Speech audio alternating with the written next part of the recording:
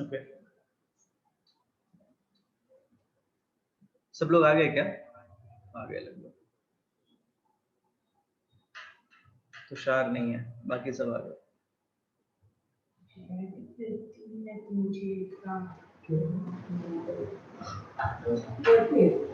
क्या? हाँ शायद नहीं, 8 ही है अभी, एक तो मैं ही हूँ, तुषार नहीं है अभी तक। एनीवे चलो स्टार्ट करते हैं। तो देखो अगला है, ये बड़ा इंटरेस्टिंग सा टॉपिक है, फैक्टर्स ऑन विच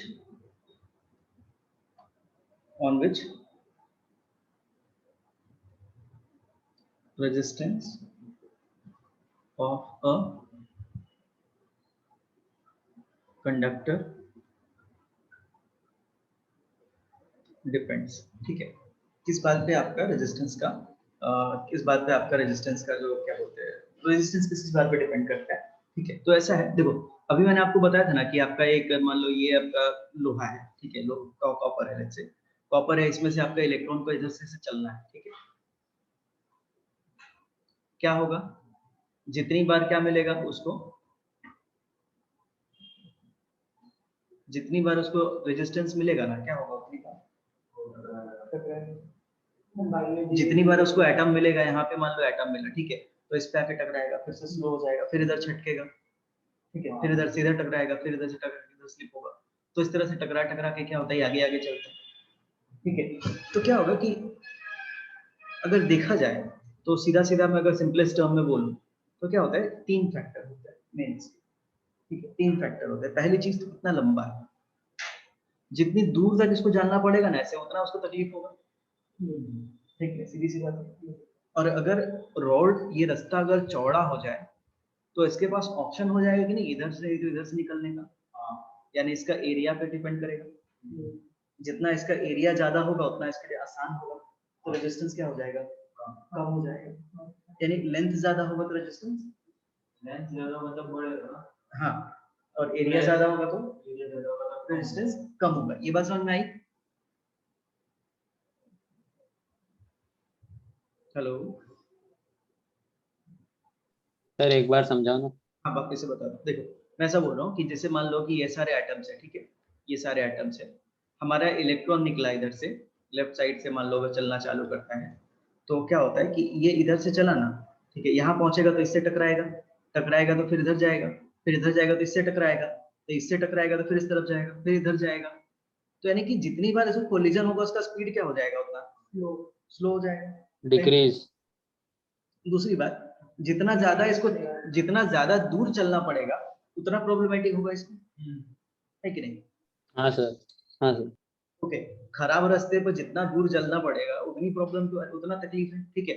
और दूसरी तीसरी बात कि इसका क्रॉस सेक्शन एरिया, यानी कि ये जितना चौड़ा होगा जगह, वो इलेक्ट्रॉन जो है आपका इधर इधर इधर करके निकाल सकता है कि नहीं, इजीली निकाल सकता है ना।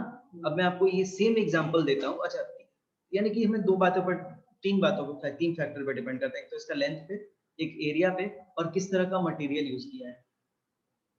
अगर सिल्वर यूज करोगे तो क्या होगा, उसमें रेजिस्टेंस कम कम होगा, ठीक है नहीं, और कॉपर यूज करेंगे तो उससे थोड़ा ज्यादा मतलब आपका रेजिस्टेंस आएगा, आयरन यूज किया तो काफी ज्यादा आएगा, ठीक है।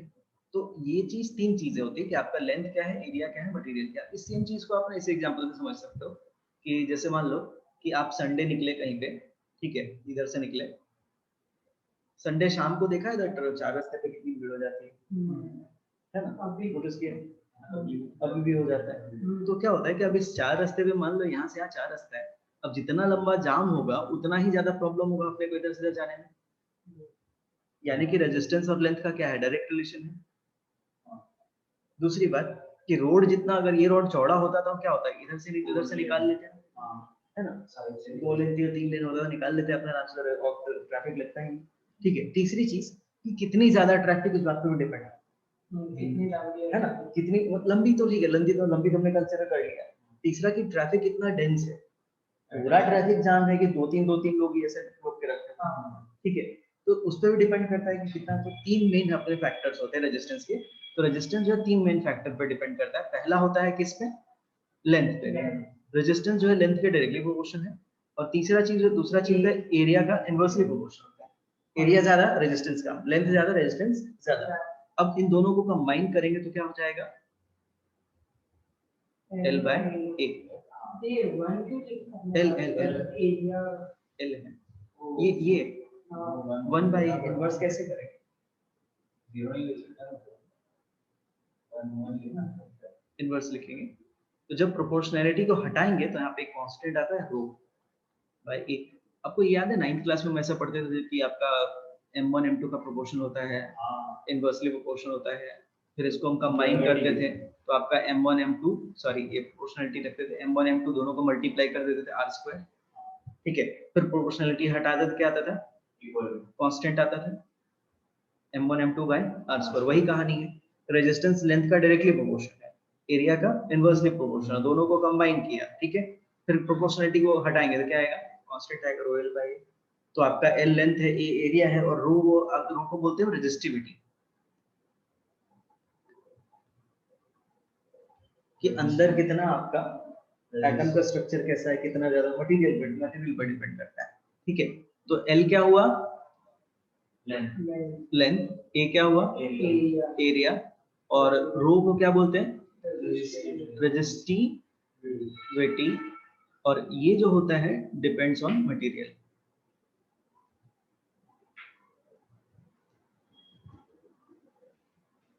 जैसे ऑप्टिक्स आपको पढ़ा दिया, ऑप्टिक्स लाइट पर, तो लाइट में पढ़ा था ना कि आपका एयर का रिफ्रैक्टिव इंडेक्स 1 होता है, ग्लास का इतना होता है। तो वैसे ही क्या होता है, पूरा मटेरियल पर डिपेंड करता है। वैसे ही आपका रो जो है किस पर डिपेंड करता है, मटेरियल पर डिपेंड करता है। ठीक है,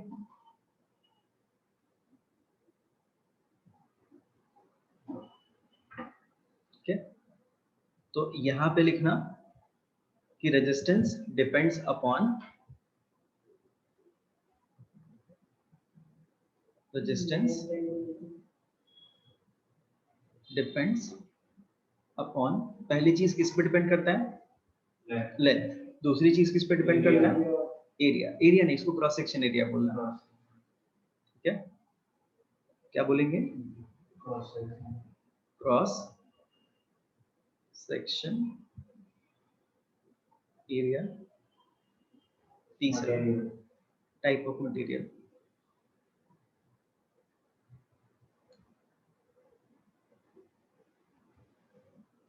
ये ठीक है।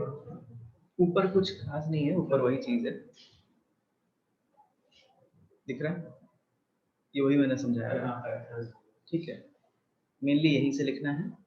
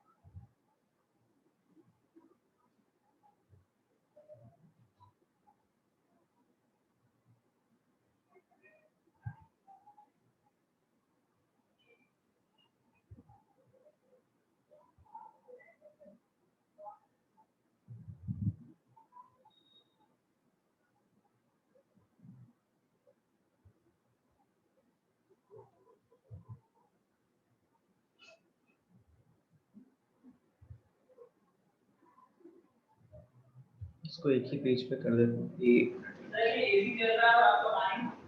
अरे आया,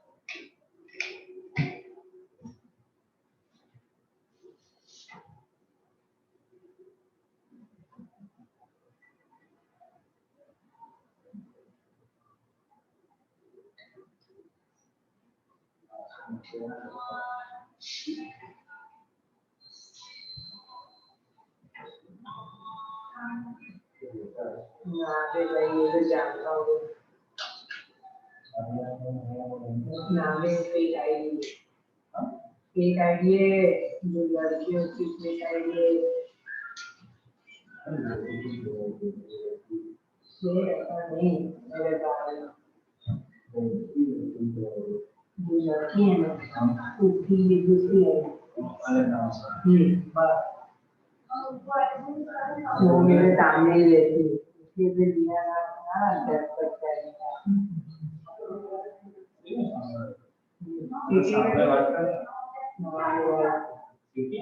सिटी में मैं रहता हूँ ना वो तो पहले रहता था अभी यहाँ पे तो भी मैं आगे भी सिटी में ही रहता हूँ तो वहाँ पे रहते यहाँ पे मजा नहीं यहाँ पे बच्चे ही रहते सुनने के लिए नहीं रहते किसी के घर पे ओके हेलो अरे चलो ट्यूशन जाता हूँ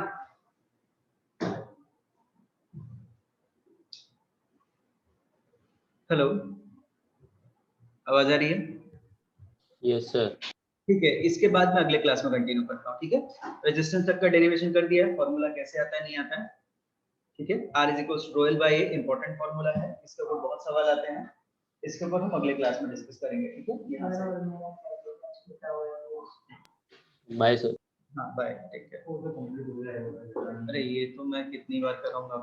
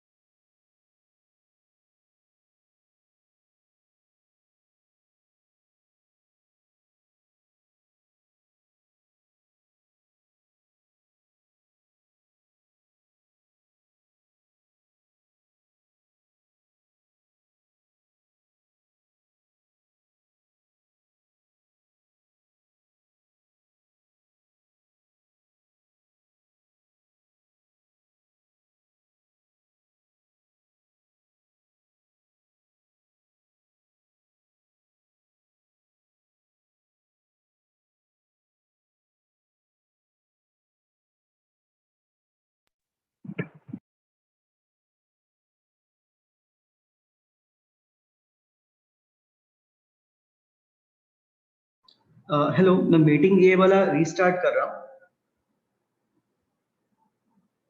ये पुरानी मीटिंग है।